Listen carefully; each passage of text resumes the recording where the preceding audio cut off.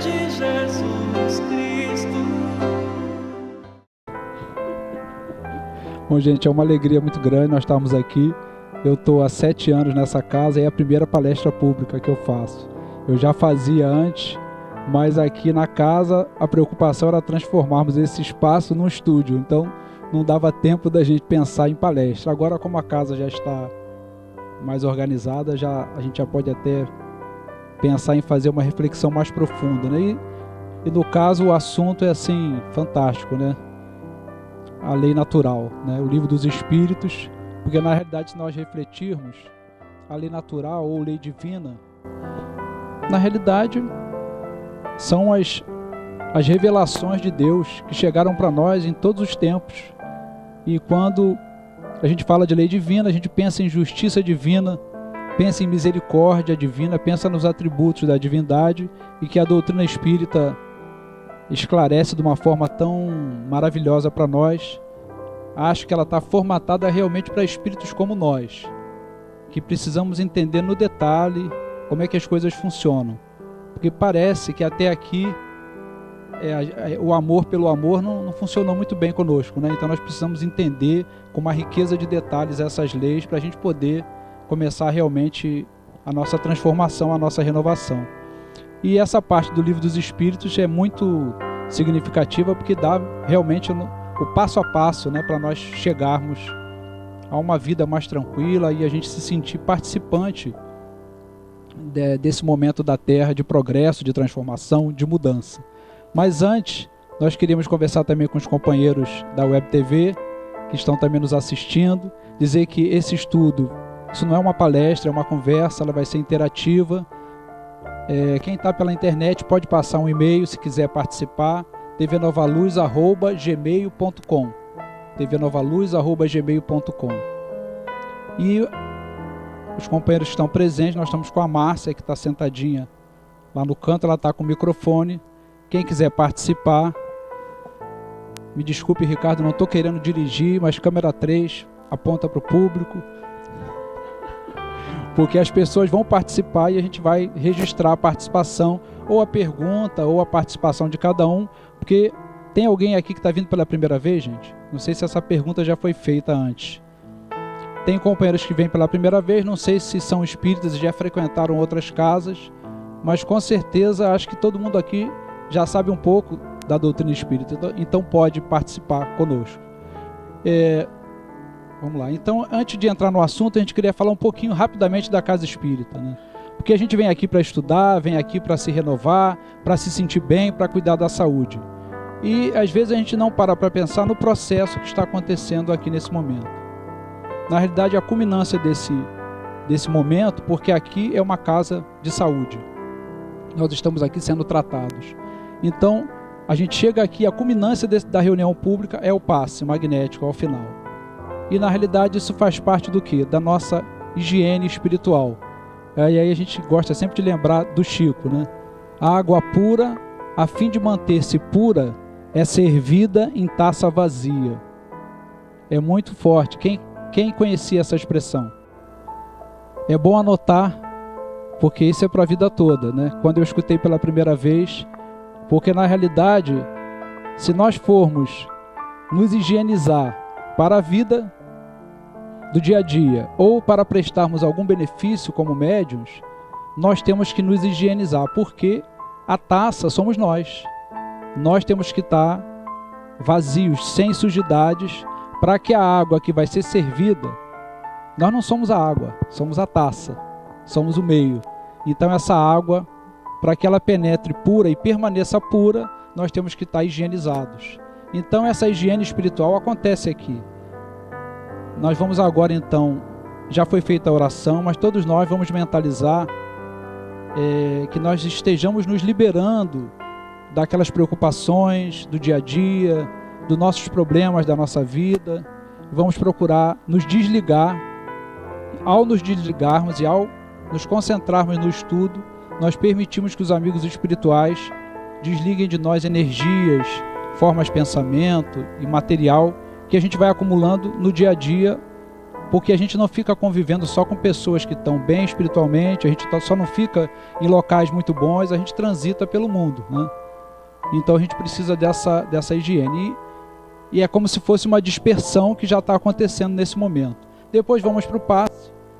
Novamente os médios vão terminar a dispersão e vão colocar essa energia nova. Então a taça vazia começa com a nossa mente vazia, com o nosso coração puro, a concentração, para a gente se desvincular das outras preocupações e a gente atingir esse objetivo da casa espírita, que é dessa higiene espiritual que a gente faz, não é isso? Então vamos lá. Bom, as obras fundamentais do Espiritismo, é importante que a gente de vez em quando relembre, né? Nós temos o Livro dos Espíritos, do que nós vamos falar hoje, que fala da filosofia espírita, apresenta o que é o Espiritismo e ele tem uma abrangência grande em todos os assuntos, inclusive tratando de assuntos que os outros livros também tratam, depois a gente vai ver isso. O Livro dos Médiuns, que fala da mediunidade, do intercâmbio do mundo espiritual com o mundo físico. O Evangelho segundo o Espiritismo, que são esses ensinamentos de Jesus, que fala, é o Novo Testamento, o ensinamento do Cristo. O Céu e o Inferno, que fala das consequências, de como nós vamos ficar, né? Fala o céu e o inferno, que são consequências das nossas atitudes, das nossas escolhas, da nossa postura na vida.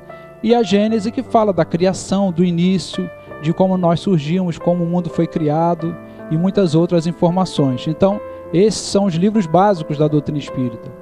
E nós vamos falar sobre o Livro dos Espíritos, mas se a gente prestar atenção, esses são os 4 capítulos, que são o Livro dos Espíritos, são perguntas e respostas. Todos já leram o Livro dos Espíritos? Quem não leu o Livro dos Espíritos ainda? Alguns não leram, então é um estímulo para que leiam. A gente vai aqui fazer só um estímulo, né, para que as pessoas leiam. Então, no primeiro capítulo, Criação, Deus, o princípio da vida. O livro que trata desse assunto, a Gênese, né? A vida no mundo espiritual, quem somos, as relações do mundo espiritual com o mundo físico, a intermediação que nós fazemos como médios, Livro dos Médiuns. As leis morais, o Evangelho segundo o Espiritismo, esperanças e consolações, o céu e o inferno. Então, o Livro dos Espíritos, ele faz a abertura com muitas perguntas e depois cada outra obra seguinte, ela vai esmiuçar um pouco mais as temáticas, que são os assuntos que interessam a todos nós e que é justamente essas leis divinas que estão muito claras, vamos dizer assim, para aqueles que têm uma lucidez espiritual. Nem tanto para nós, né, que estamos agora começando a ter esse contato com essas verdades. Isso está entrando, né, pela via intelectual e aos pouquinhos vai descendo para a nossa emoção, para o nosso sentimento. O caminho parece curto, né, mas não é curto, é longo. Vamos lá. Então, Kardec, quando faz a organização do Livro dos Espíritos, coloca no terceiro capítulo as leis morais e coloca como a primeira lei moral a lei natural ou lei divina. Já de cara colocando isso, né, que justamente a naturalidade com que as coisas acontecem, nós precisamos entender, nós precisamos perceber, principalmente nos dias de hoje. O mundo tão violento, as dificuldades, as crises, as incertezas, às vezes parece para nós que não há um controle, que há um caos, que as pessoas estão desgovernadas e que tudo está à mercê das mentes e dos corações dos homens, que muitas vezes não estão no estado de equilíbrio. Então, quando nós ficamos cientes de que existe uma lei que é justa e que é natural e que nos rege e que tudo vai acontecer dentro dessas leis, então que há motivos, né? Há razões, há tempos, nós não estamos à deriva, né?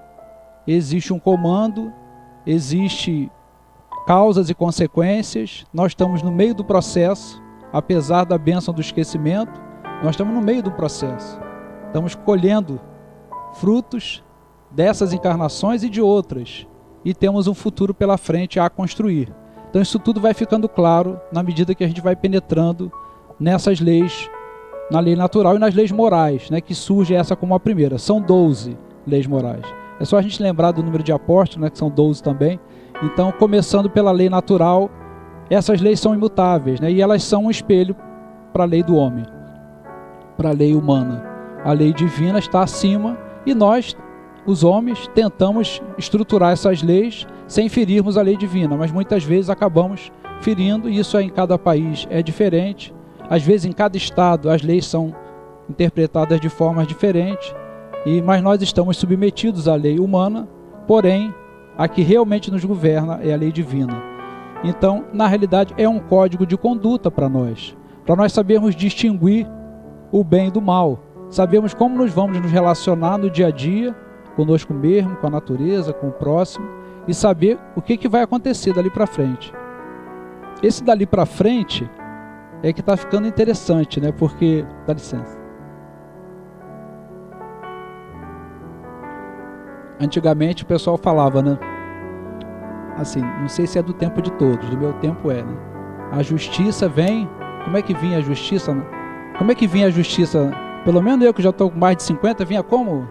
Vinha a cavalo. A justiça vinha a cavalo antigamente. Parece que agora a coisa está acelerada, né? Então a justiça está vindo um pouquinho mais rápida. Então quando a gente pensava nas consequências futuras, assim, se perdendo no tempo, hoje nós vemos as consequências muito rápidas, porque parece que o giro está aumentando, né? Então o bem que se faz, você sente aquele bem-estar na hora, né?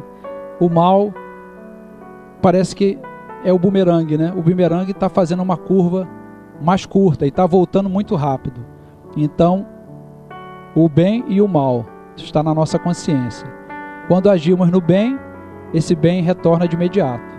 Então as leis morais nos ajudam, e foi muito interessante para a gente que já estudou isso há mais tempo, reler. O maior beneficiado é sempre quem faz a palestra ou o estudo, né? Porque a gente relembra, e é tão maravilhoso relembrar, porque nos ajuda em pontos que muitas vezes a gente acaba esquecendo, né? Então a primeira lei é a lei natural. Gente, olha só, quem quiser falar, levanta o dedinho, a Márcia está ali, dá uma opinião. Não pode falar sobre futebol, nem política, só sobre o estudo. Alguém quer falar alguma coisa? Então vamos prosseguir. A segunda lei, a lei de adoração. Então, isso é a segurança de cada dia, de cada um de nós, né? Reconhecermos que existe esse ser supremo. As leis existem, mas nós temos Deus que é nosso Pai. E, na realidade, o atributo divino que mais nos toca ao coração não são as leis, né? Não é a justiça, é a misericórdia, é o amor de Deus. E isso que nos dá estímulos, porque todos nós estamos nesse processo de crescimento, nesse modelo, no processo do erro e do acerto. Mas quando nós lembramos que Deus é Pai, é só nós compararmos conosco mesmo, né? Na nossa vida, como que os nossos pais agiram conosco, às vezes mais rigorosamente. A Yasmin fala muito também do lado mãe, né? Que a gente sempre fala Deus como o lado paternal. Então, se a justiça divina é o lado mais paternal, né? O lado mais maternal seria o amor e a misericórdia divinos. Então, a gente começa a sentir que há um ser supremo. Isso nos fortalece nas dificuldades, nos dá ânimo para, durante o nosso dia a dia, erguermos às vezes um pensamento rápido de pedido a Deus de proteção, de cuidado, né? De que a gente não esteja à mercê, porque na realidade nós estamos soltos no mundo, né? O que nos prende ao mundo é a lei da gravidade, mas às vezes parece que nós estamos soltos, à mercê de coisas perdidas, né? Que possam esbarrar em nós, de pessoas perdidas, e nós mesmos muitas vezes perdidos, não sabemos para onde vamos. E essa lei de adoração é que nos dá esse reconhecimento desse ser supremo, que nos faz louvar a Deus, reconhecer, e também um ato de humildade, né?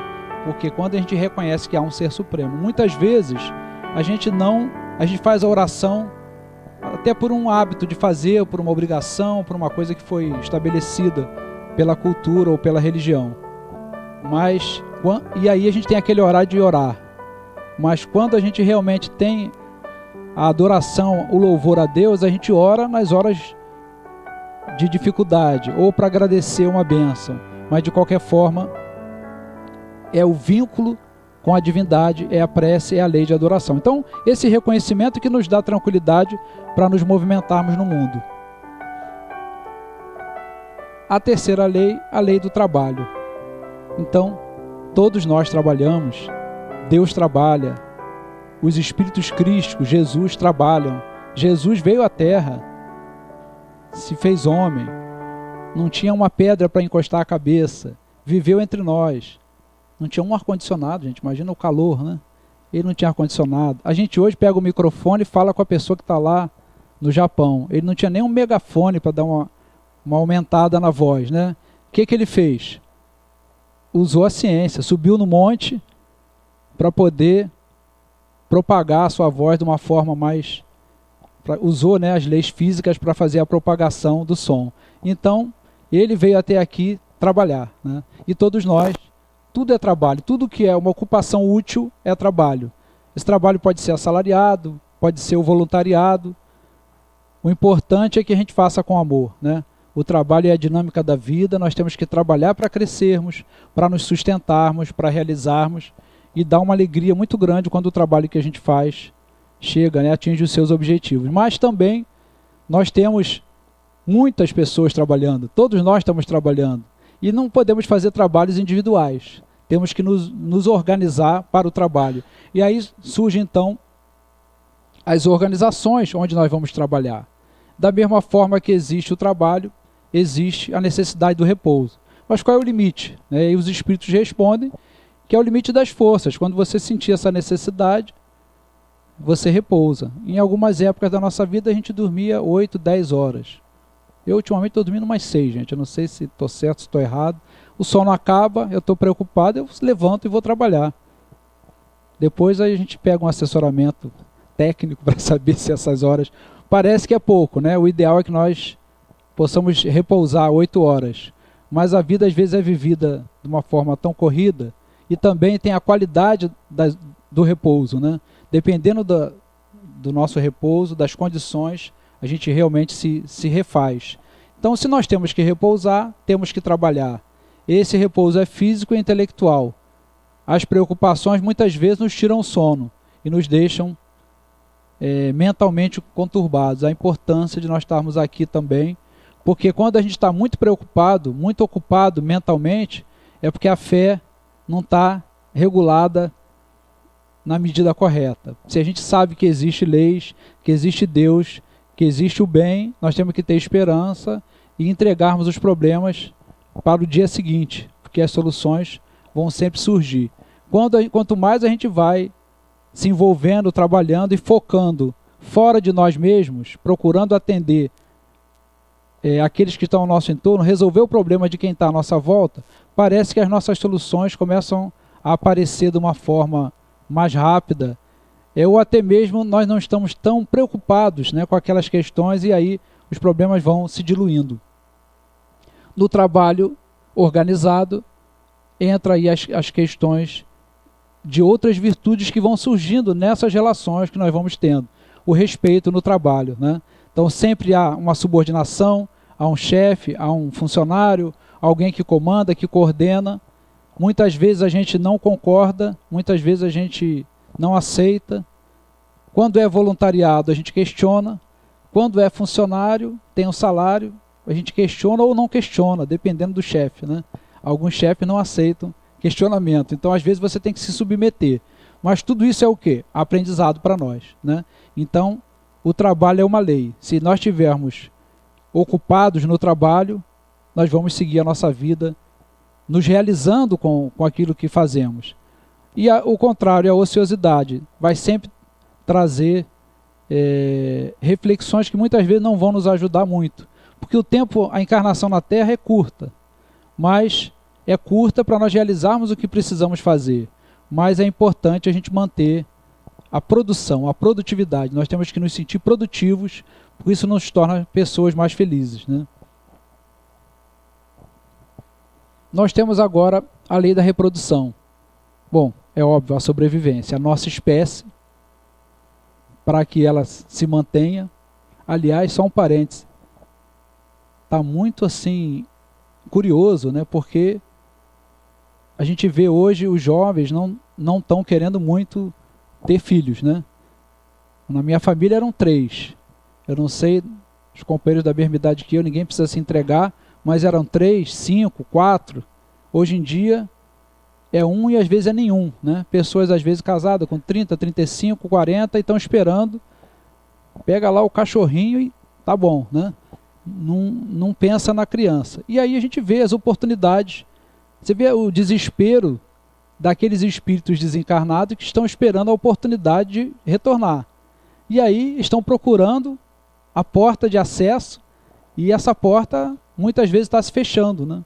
Então o que sinaliza para nós ou a diminuição dessa oportunidade abençoada da encarnação, uma população da Terra no futuro menor, que talvez sejam aqueles que realmente vão poder viver o mundo de regeneração, aqueles que não puderem não vão estar retornando, ou vão estar permanecendo em outras escolas. Bom, nós temos que confiar na justiça de Deus e na lei divina, mas a reprodução ela está ligada a essa questão da nossa sobrevivência da espécie. Nós temos o aspecto do planejamento e do controle dessa reprodução, e aí quando Kardec pergunta aos espíritos sobre a questão do prazer, porque se não houvesse prazer na união sexual para a geração do novo corpo, com certeza a gente ia fugir, né, um pouco dessa responsabilidade. E aí ele diz que nós não podemos usar o sexo somente para o prazer, mas que a função é a reprodução, mas com equilíbrio, com bom senso, o sexo também serve para aliviar, né, as tensões e no relacionamento amoroso, nos ajudar a nos sustentar na vida e principalmente também trabalhando o nosso centro de força genésico, que é esse centro da criatividade, é o centro da criação, onde nós vamos colocar o nosso talento, a nossa arte, a nossa energia para como co-criadores do universo que somos, filhos de Deus.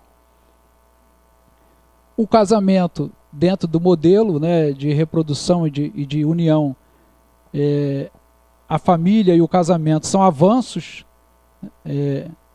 a monogamia é um avanço, então várias culturas, né, que se espalham pelo mundo, cada um tem um modelo, mas de uma maneira geral existe o modelo do casamento onde as pessoas perenizam as suas uniões, e nós já temos hoje o divórcio, já as pessoas já não mantêm essa união muitas vezes como se mantinha antigamente, mas isso tudo, quando os espíritos são questionados por Kardec, ele coloca, né, a questão do divórcio também está contemplada, a questão da manutenção do casamento e da fidelidade são primordiais para que a gente não fique criando energias negativas para o nosso futuro. Às vezes é melhor uma posição sincera, né, uma posição firme, que possa até nos causar complicações, mas pelo menos nós vamos estar dentro de uma linha de fidelidade, de respeito, de sinceridade, né?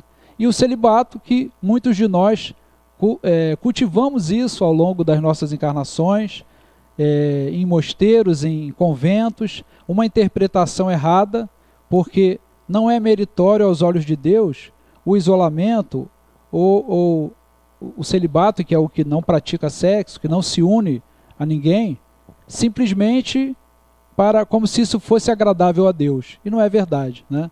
Quando é por uma missão, quando é uma renúncia por alguém, ou por uma comunidade, ou por uma dedicação, como nós vemos muitos pastores, padres, né, que tomam conta de suas paróquias, de suas igrejas, se dedicando a trabalhos sociais e resolveram optar, como nós temos no Espiritismo também, né, nós temos o Divaldo, o Chico, que não casaram, e muitos outros, que fizeram essa opção para se dedicar, mas não pura e simplesmente o isolamento e o sofrimento voluntário. Isso não agrada a Deus, não faz parte da lei de reprodução nem da lei divina.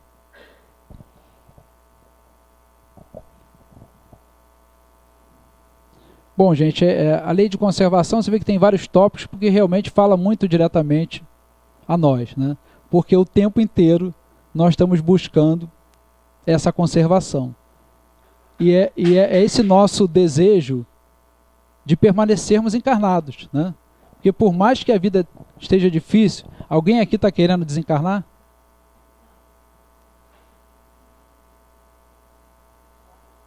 ninguém quer, né? Tá ruim, mas vamos ficar por aqui mesmo. Então a esperança está sempre viva, né? Que a gente vai melhorar, vai melhorar. Vamos dormir que quando acordar amanhã, a coisa vai melhorar. Então é o instinto de conservação, isso é divino em nós. Essa conservação é instintiva. Eu boto a mão aqui se estiver quente, né? É involuntário. Eu não estou raciocinando, eu vou retirar a mão rapidamente se esse vidro aqui estiver aquecido. É uma reação natural. E aí eu fico até com medo já de voltar a tocar aqui. Então esse medo natural é saudável, né? Porque ele nos protege, ele faz com que a gente se afaste dos locais de perigo. Se você puder ir por outro caminho, você não vai pegar a linha vermelha, né? Se você puder ir, você vai pegar outra via. Você vai buscar o caminho que vai te dar mais conforto e mais segurança. Então, esse já é o instinto de conservação racional. Eu já estou raciocinando. Eu vou me proteger, eu vou tomar remédio, eu vou controlar a saúde, eu vou ao médico. Então, são procedimentos que nós usamos para tentar prolongar a nossa vida na Terra com saúde.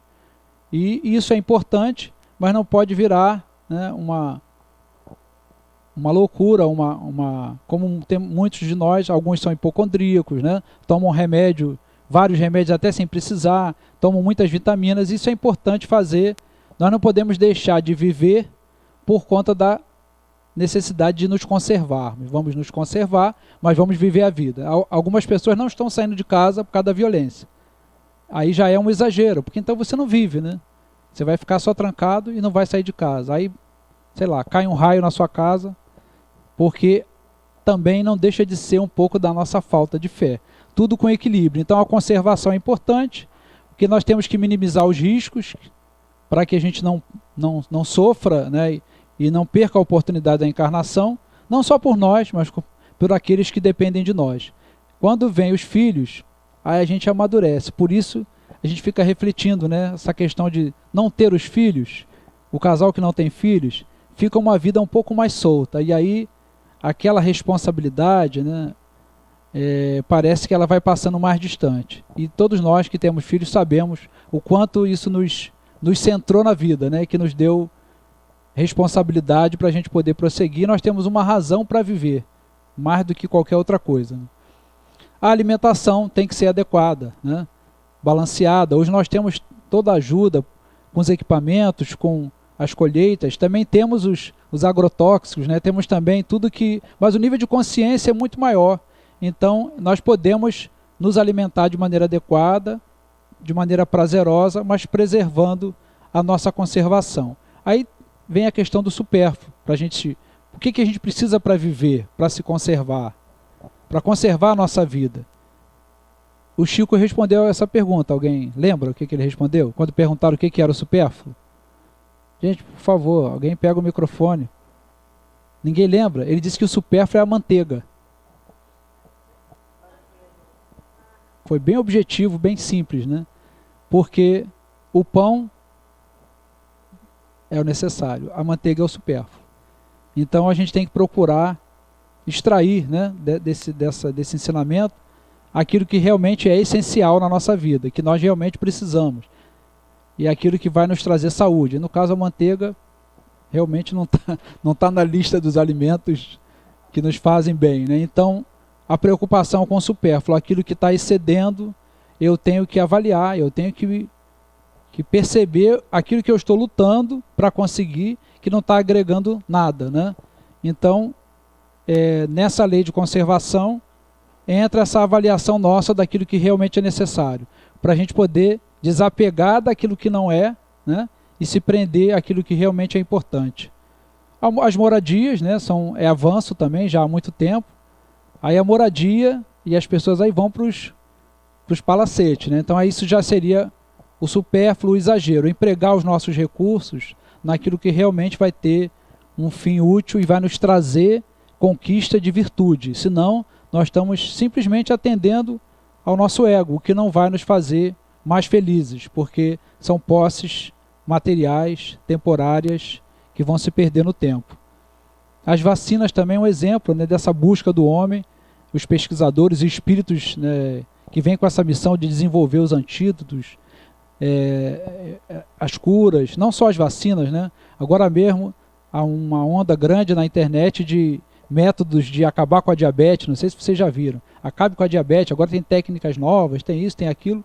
Por mais que não seja coisas com a comprovação científica, isso somos nós, os homens, tentando encontrar saídas para preservar a nossa saúde. Essa então foi a quinta lei, ainda está faltando 7, vamos ter que correr um pouco. A lei de destruição é uma das mais questionadas, né? Porque a destruição é uma lei divina, parece que não tem muita lógica, né?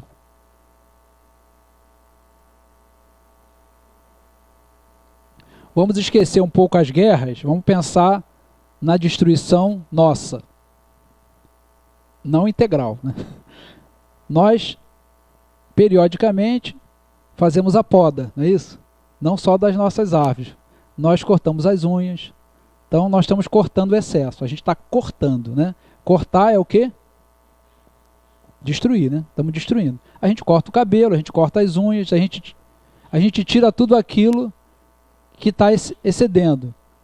Tem que falar no microfone. Ele não corta o cabelo como eu, porque o cabelo mesmo ele já se suicidou, né? Então, nós fazemos a poda. Quando nós não conseguimos conservar a nossa saúde, nós também às vezes temos que fazer cortes. Pessoas às vezes têm que ser amputadas para poder preservar a saúde. Pessoas às vezes têm que tirar órgãos, como muita gente tira vesícula, né? Então, uma destruição de uma parte do nosso corpo. Então, se a gente olhar no âmbito pessoal, a destruição é uma lei, muitas vezes para a preservação da vida, para preservar a nossa possibilidade de estarmos encarnados e trabalhando e crescendo. Ou seja, quando nós conseguimos avançar na nossa transformação, na nossa renovação, muitas vezes a destruição não chega, porque a gente está caminhando no passo a passo, está avançando junto com o ambiente onde nós estamos inseridos, a nossa morada, o nosso planeta, o nosso país, o nosso grupo onde nós estamos inseridos. Essas destruições, elas são muitas vezes naturais, os fenômenos, né, que a gente vê aí da natureza, as catástrofes que muitas vezes têm a ver com provas e expiações coletivas, como os tsunamis e outros fenômenos que levaram muitos. E isso tem a ver com essa necessidade de renovação. Mas ela também é abusiva. Aí somos nós, na nossa pressa de equacionarmos as soluções para a nossa vida, muitas vezes tiramos a oportunidade do outro. Então, quando nós, encarnados, nos sentimos no direito de tirar a vida de alguém ou de prejudicar alguém, porque não é só matar, né? A gente muitas vezes destrói oportunidades, a gente mata uma ideia na origem, a gente cria dificuldades e isso também é destruição. O objetivo de Deus é que a gente avance. A destruição é por nossa conta, faz parte do nosso processo. E as guerras são essa culminância, aonde, né, no local, na região, onde o egoísmo, a vaidade, a prepotência, os vícios estão mais fortes do que as virtudes, nessas regiões, isso muitas vezes se alastra a ponto de haverem as obsessões coletivas. E aí os homens se acham no direito de avançarem em populações que não, com crianças, com idosos. Quer dizer, isso para nós realmente é o clímax dessa, vamos dizer assim, inadaptação nossa à lei divina. Quando chega a esse ponto, realmente é um caos, mas toda transformação, toda renovação, toda destruição tem sempre um momento seguinte, porque Deus não permitiria que essa destruição fosse negativa, porque na realidade tudo vem de Deus, inclusive a destruição, inclusive a desencarnação, né? Tudo isso faz parte de um planejamento divino e está contido nesse conjunto de leis que regem a nossa vida e que nos dão tranquilidade de sabermos que estamos imersos nesse modelo onde existem regras, onde existem objetivos, causas e consequências. Então essa é a sexta, vamos agora para a sétima. A gente está passando rápido cada lei, isso daria para fazer um estudo para cada lei, né? Mas como não é essa a proposta da programação da casa, a gente está pegando as leis como um todo e depois, óbvio, né? Cada um de nós, aqueles que puderem, vão lá no Livro dos Espíritos, fazer um estudo mais aprofundado para que a gente possa ter isso bem forte em nós. A sétima lei é a lei de sociedade. Então, o ser humano é um ser gregário, precisa viver junto, em conjunto. Nós crescemos juntos, né? Onde nós vamos testar se nós melhoramos ou não. O insulamento voluntário, a reclusão, nos tira da sociedade e nos tira dos testes, né? No caso, nós aqui, a maioria, somos espíritas e existe também páginas nas obras que falam. Nós temos até um programa que é transmitido pela TV Nova Luz às quintas-feiras, que é o Espírita no Mundo, né?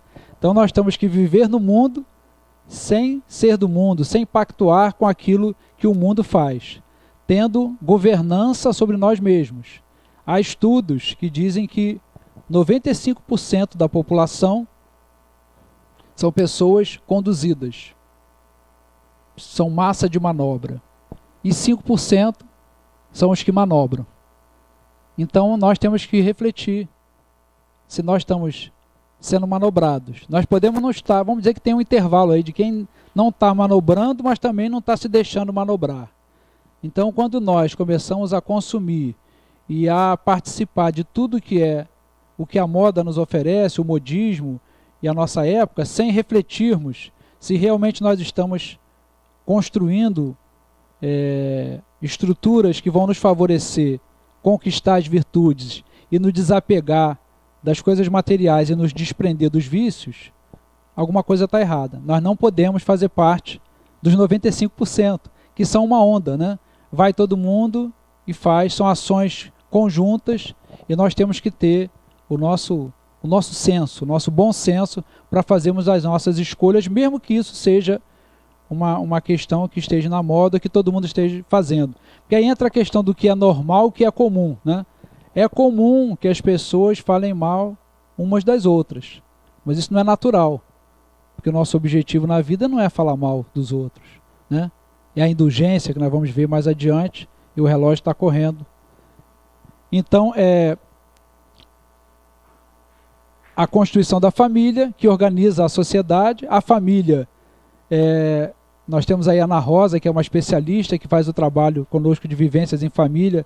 Nós temos videoaulas na TV Nova Luz que apresentam essa série, a Ana Rosa, e fala, a família está com outros contornos, né? Com toda a questão das mudanças, as pessoas que se separam, as uniões que são às vezes de casais que são pessoas do mesmo sexo, isso tudo fez com que pessoas separadas e maridos ou mulheres que recebem filhos do primeiro casamento, então são modelos de família diferentes, mas que nem por isso deixam de ser família. Nós estamos sempre nos agrupando para vivermos em grupos, porque também reencarnamos em grupos. Nós temos a nossa família física e temos a família espiritual. Nós estamos sempre avançando em grupos, porque o objetivo é esse, vivermos juntos, porque nós não somos nem melhores nem piores do que os outros. Nós precisamos nos apoiar uns nos outros. Reconhecer que isso é uma necessidade também é humildade. A gente reconhecer que precisa do outro para viver. Lei do progresso. É uma marcha que ninguém pode conter.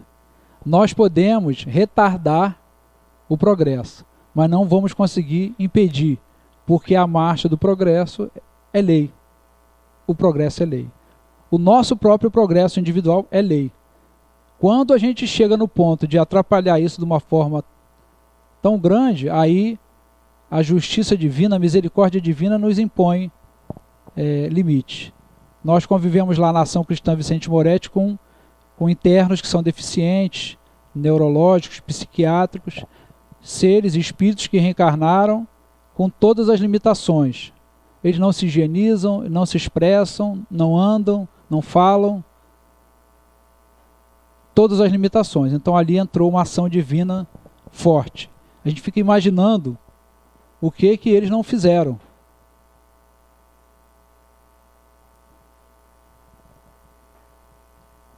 Porque Deus, com toda a sua bondade, para permitir que um espírito reencarne numa situação daquela, quem não acredita em Deus, realmente fica isso uma atrocidade. Então, houve a lei do progresso. Não dá para continuar assim. Vai ter que estacionar, vai ter que passar por esse período para avançar. E nós, o que podemos fazer? Amenizar de alguma forma, né? Tentando amenizar, mas tudo que a gente faça não tira do espírito que vive numa cama a tristeza, né? E até mesmo o pensamento, muitas vezes, de que Deus é injusto, né?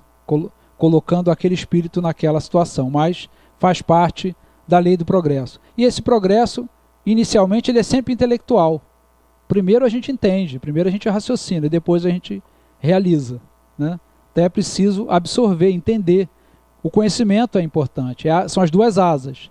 Então nós entendemos e depois vamos para a prática, né? Parece que nós não entendemos bem essas coisas aqui, né? Porque estamos aqui, assim, bebendo isso numa fonte. Eu, no meu caso, eu reencarnei em lar espírita, né? Passei por evangelização, mocidade. Alguém aqui foi evangelizado quando... Ninguém, gente. Nem você, Juan. Só eu que eu tenho? Duas ali. Yasmin também foi. Então já somos 3. Então nós somos mais cobrados, né? Porque quem não foi, não teve lá, que se preocupou com esse processo. Nós participamos de evangelização, de Comerge, que são os encontros de carnaval, participamos de tudo. Então a responsabilidade aumenta, né? Quando você tem mais conhecimento. Então nós tivemos uma preparação para isso, né? Então recebemos todas as informações que precisávamos ter e já estamos estudando essas coisas aí já pela 11ª vez, né? Bom, no caso, esse progresso avança, aí a dor às vezes vem como uma destruição. No caso, os corpos desses nossos irmãos totalmente, parcialmente destruídos, membros atrofiados, corpos em dimensões reduzidas, que contém o espírito que está ali. Muitas vezes eram gladiadores, agora estão com corpos reduzidos e o espírito está ali sofrendo porque entrou a dor, entrou a lei do progresso para daqui não dá mais, a coisa vai ter que avançar e está paralisada a sua possibilidade de fazer mal a alguém. Mesmo assim, eles às vezes vão com as unhinhas, né? Quem já esteve lá sabe que eles gostam de, às vezes, o espírito está ali, né? Então ele quer arranhar, quer beliscar, que está contido ali muitas vezes e nem sempre está conformado, né? O maior obstáculo ao progresso, qual é o maior obstáculo? Mas nós com que tipo de problema? Egoísmo, né? O egoísmo, a maior chaga da humanidade, o maior obstáculo ao nosso progresso pessoal, ao progresso do nosso planeta. Quando nós nos colocamos no centro de tudo, né? O ego, nós no meio, né? Aí o contrário, o altruísmo, o egoísmo nos faz perceber que nós não somos iguais aos outros. Eu acho que é a próxima, se eu me lembro bem. Isso aí, lei de igualdade. Então, nós somos criados simples e ignorantes, não somos melhores nem piores uns que os outros. Estamos mais ou menos no mesmo degrau. Por mais que a gente possa vir para cá falar bonito, a gente não quer dizer que a gente está melhor. A gente pode estar até mais consciente, estar com um discurso mais arrumado, né? Mas isso não quer dizer nada.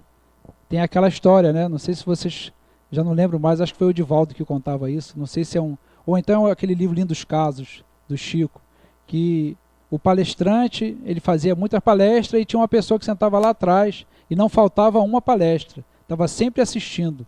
E aí, poxa, bacana, ele está sempre ali, né? Mas, pô, e a pessoa lá, caramba, aquele cara sabe tudo, eu estou aqui atrás, deixa eu escutar, né? Quando chegou no mundo espiritual, desencarnou primeiro desencarnou que estava na plateia, depois foi o expositor. Quando ele chegou lá, bom, eu, expositor, né? Falei muita coisa boa, vou ser recepcionado lá pelos bons espíritos. Doutor Bezerra, né? Procurando logo os benfeitores. E quem chegou para acolher foi aquele que sentava lá atrás, né? Mas você que vem me acolher? E ele não estava bem, né? O que você fez? Eu falei, não, eu não fiz nada, eu simplesmente escutava o que você falava e fazia, né? Como a dizer, pega o microfone, foi eu voltei? Eu voltei, né? Então é o irmão Jacó, né? Então é uma obra espírita muito interessante, né? Que nos traz essa... Inclusive o Dr. Bezerra que vem receber o irmão Jacó, né? Bom, gente, então essa lei de igualdade é que nos faz nos posicionarmos na vida com a cabeça erguida, enfrentando as situações, seja quais forem. Muitas vezes temos a prova da dificuldade financeira, a prova da dificuldade intelectual, às vezes a gente não sabe cantar afinado, canta desafinado. São situações pontuais. Tem gente que sofre com isso, né? Ah, meu Deus, eu queria tanto cantar, eu sou desafinado. O outro não é desafinado, mas tem um outro problema. Cada um tem um problema e cada um tem um talento. Então, nós somos iguais, mais ou menos iguais, né? E as condições que nós recebemos são as mesmas, mas as aptidões são diferentes. Cada um tem uma possibilidade. Nós só precisamos descobrir qual é o nosso talento, o que a gente sabe fazer, como que a gente vai se encaixar na Terra para fazer a nossa felicidade, para produzir para o mundo, para construir coisas boas. Muitas coisas simples que foram construídas fazem bem à humanidade. E muitas coisas complexas não fazem bem. A gente tem músicas, por exemplo, Atirei o Pau no Gato. Uma música simples, uma letra. Quantas pessoas já cantaram essa música? Então, cantaram milhares, milhões de vezes. E as pessoas, quando cantaram, se alegraram, sorriram, brincaram.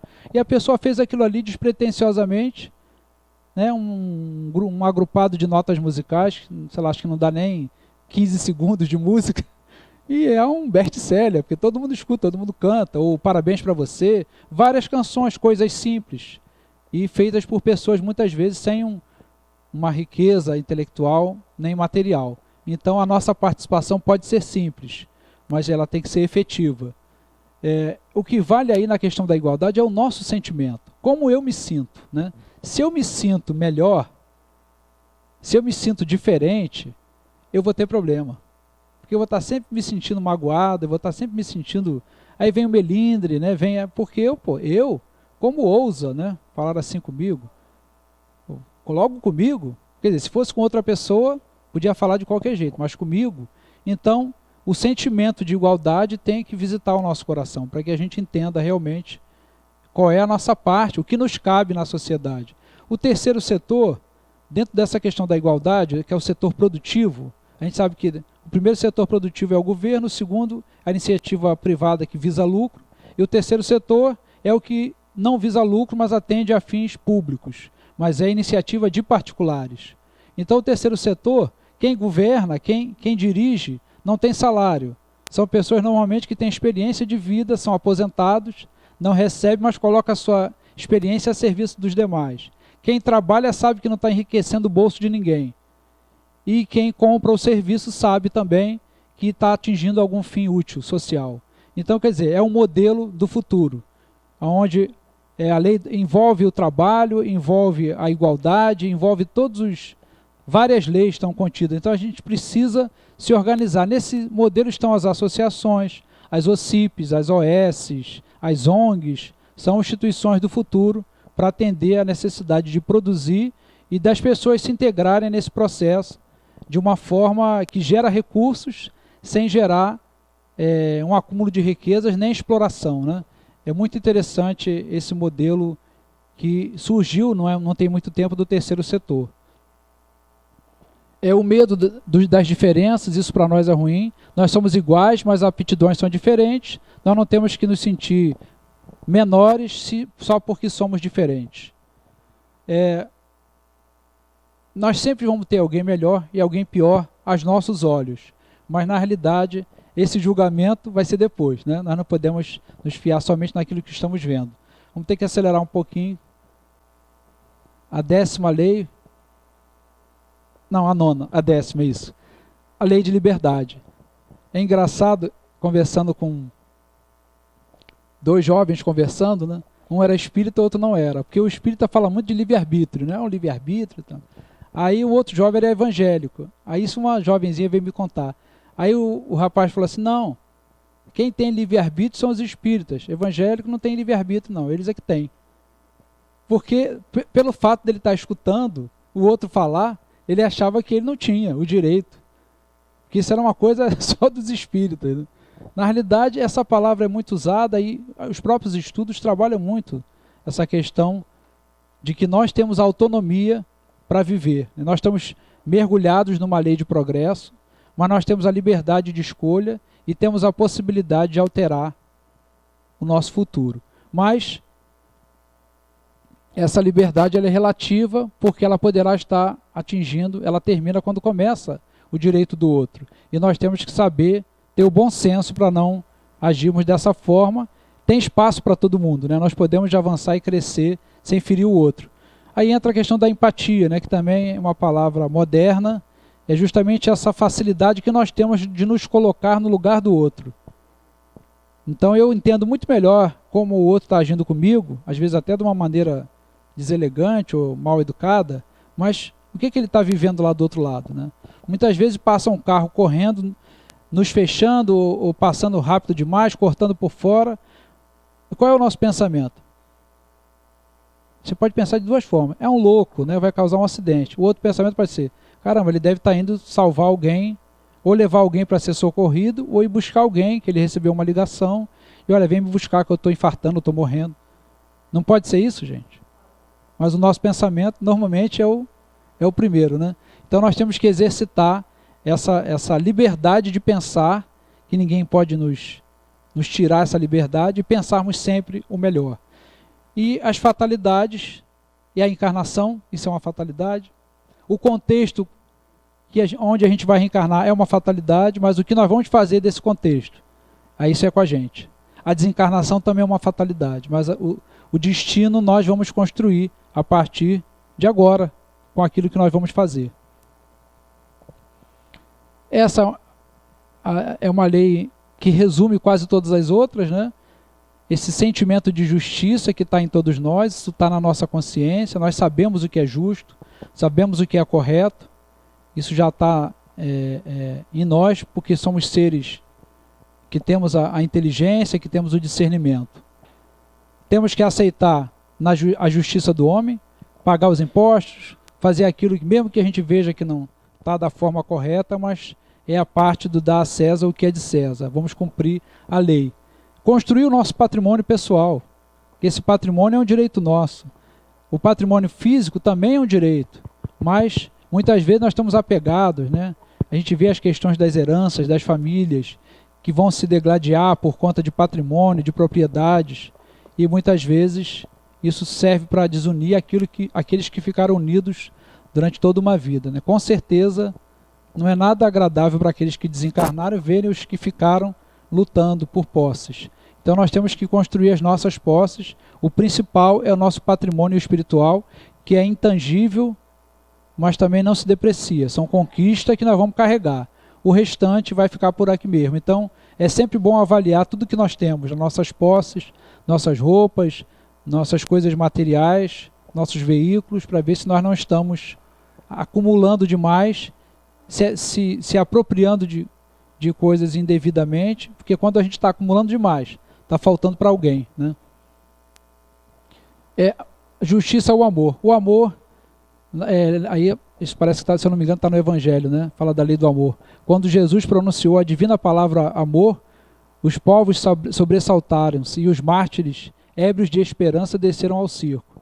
Se meus pais fizeram eu decorar essa frase, vocês perceberam, né? Que eu acabo ouvindo muitas vezes, mas é uma frase linda, né? Porque Jesus é que viveu o amor, que falou do amor.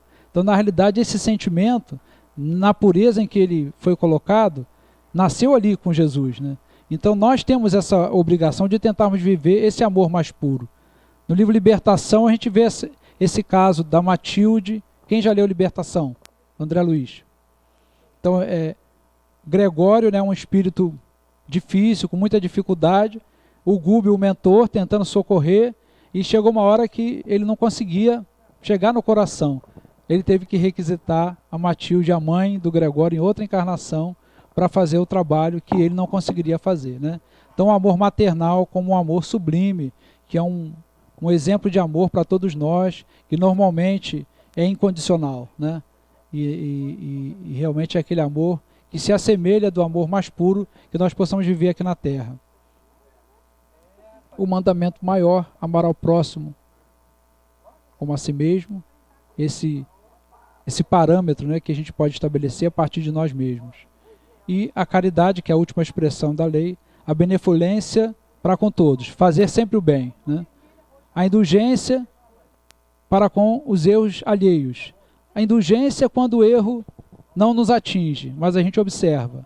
E a gente tem que, como o rapaz que passou correndo, me cortou pela direita, a indulgência ele deve estar indo socorrer alguém.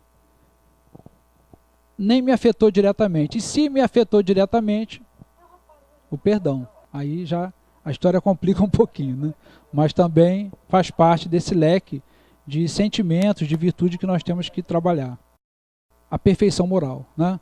A conquista das virtudes, o trabalho que nós temos que fazer no dia a dia para avançarmos. A natureza não dá saltos, nós não vamos avançar rapidamente. Todos nós crescemos um pouquinho em cada encarnação. Ninguém anda para trás. Podemos cumprir 80%, 90%, difícil cumprir 100% daquilo que foi planejado, né? Por conta da nossa condição, mas temos que avançar nessa conquista. A resistência aos vícios, porque eles estão conosco, vêm do passado. Quanto mais a gente constrói estruturas para a gente servir, trabalhar no bem, menos a gente está preso a esses vícios, né? Então, a gente pode continuar com eles, né? Então, se você não tem o vício, às vezes, da bebida, mas viciou no café, no meu caso, né? O café já está mais ou menos, né? Dá para passar. Então, vamos nos prender a coisas que não nos façam tanto mal, se a gente não conseguir se abster de todo tipo de comportamento nocivo a nós e ao nosso próximo. A vivência da caridade, o prazer de fazer o bem. Esse é que é o objetivo, não fazer porque é uma obrigação. Ter prazer. Quando a gente dá um presente para alguém, é um prazer muito grande, né? Muita gente prefere dar o presente do que receber. Esse prazer a gente tem que cultivar. Isso é importante para nós, né? Ter o prazer para que a gente possa avançar na direção da nossa perfeição. Então, nós temos agora uma mensagem final, que são trechos que a gente destacou. Se alguém puder ler. Não esqueçais nunca que o Espírito, qualquer que sejam o grau de seu adiantamento, sua situação como reencarnado ou na erraticidade, está sempre colocado entre um superior, que o guia e aperfeiçoa, e o inferior, para com o qual tem que cumprir esses mesmos deveres. Sede, pois, caridosos, praticando não só a caridade que vos faz dar friamente o óbolo que tirais do bolso ao que vou-la usar pedir, mas a que vos leve ao encontro das misérias ocultas. Sede indulgentes com os defeitos dos vossos semelhantes, em vez de voltardes desprezo à ignorância e ao vício. Instrui os ignorantes e moralizai os viciados. Sede brandos e benevolentes para com que tudo o que vos seja inferior. Sede para com os seres mais ínfimos da criação e tereis obedecido à lei de Deus. São Vicente de Paulo.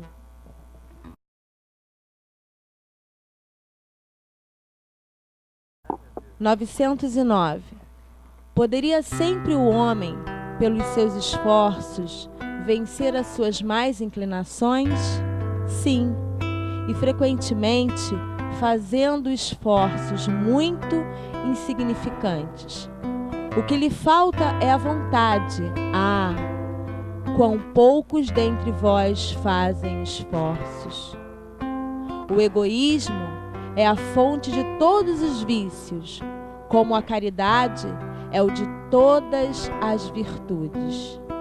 Destruir um e desenvolver a outra, tal deve ser o alvo de todos os esforços do homem, se quiser assegurar a sua felicidade neste mundo, tanto quanto no futuro.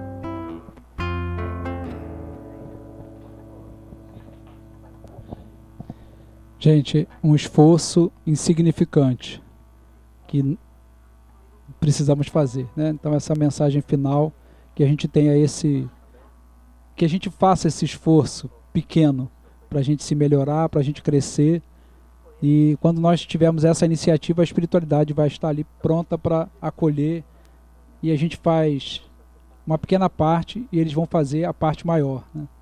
Então, que Jesus possa nos abençoar, que nós possamos agir na vida como se tudo dependesse de nós e orarmos a Deus como se tudo dependesse de Deus. É nova luz, vem de Jesus.